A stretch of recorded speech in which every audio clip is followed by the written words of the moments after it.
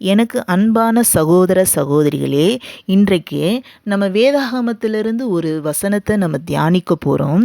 தானியேலின் புஸ்தகம் 3ஆம் அதிகாரம் 17வது வசனம். நாங்கள் ஆராதிக்கிற எங்கள் தேவன் எங்களை தப்புவிக்க வல்லவராயிருக்கிறார் என்று நம்ம இந்த புஸ்தகத்தில் வாசிக்கிறோம். அதாவது ஷாத்ராக், மேஷாக், ஆபேத் நேகோ ஆகியோர் அக்கினியில் போடப்பட்ட போது தங்கள் விசுவாசத்தை விட்டுவிடவில்லை. அவர்களை தேவன் காப்பாற்றுவார் என்று நம்பினார்கள். அதே நேரத்தில் அவர்களை காப்பாற்றாவிட்டாலும் நாங்கள் விலக மாட்டோம் என்று உறுதியாயிருந்தார்கள். ஆம் சகோதர சகோதரிகளே, நம்முடைய வாழ்க்கையிலும் சோதனைகள் வரும்.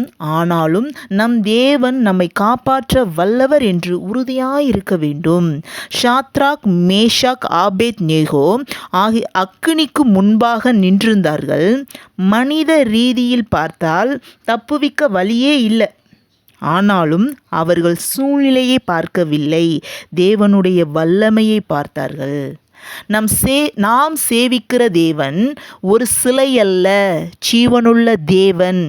அவர் சாத்தியமில்லாததையும் சாத்தியமாக்க வல்லவர் என்று நம்பினார்கள். அதுபோல நம்முடைய வாழ்க்கையிலும் சோதனைகள், நோய்கள், பிரச்சனைகள் எல்லாவற்றிலும் இருந்து நம்மை தப்புவிக்க என் தேவன் வல்லவராயிருக்கிறார் என்று நாமும் நம்புவோமா? ஜெபிப்போமாக. அன்புள்ள பரலோக தந்தையே, நாங்கள் ஆராதிக்கிற தேவன் வல்லவரும் ஜீவன் உள்ளவருமாயிருக்கிறீர். அதற்காக உமக்கு நாங்கள் நன்றி செலுத்துகிறோம் அப்பா.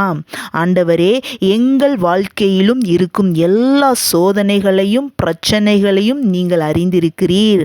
அவற்றிலிருந்து எங்களை தப்புவிக்க வல்லவராயிருக்கிறீர். அதற்காக உமக்கு நாங்கள் நன்றி செலுத்துகிறோம் அப்பா.